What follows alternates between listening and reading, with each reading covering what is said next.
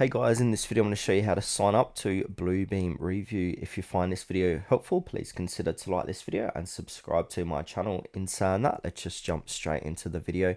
Okay, so you've downloaded and installed the Bluebeam software on your computer or PC. Now it's time to sign up. So what we can do is click on the sign in button.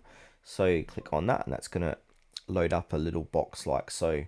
So from here we can go ahead and click on where it says don't have an account, click on sign up, but we need to select the correct region. So I'm in Australia, so I'm going to choose Bluebeam Australia, and then from here I'm going to click on sign up. Now it's basically from here we can go ahead and create your Bluebeam account. So you want to put in your first name, last name, display name, preferred language, email, choose a strong password, and go ahead and click on create account. So I'm just going to fill this form out.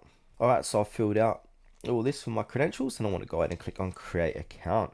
Then we need to accept the terms, so have a read of that and accept. Now because I've already created an account in the past, it's going to say here this is already existing. Now once you've clicked on create account, you're going to get a verification code, and then come back to here and then jot in that verification code.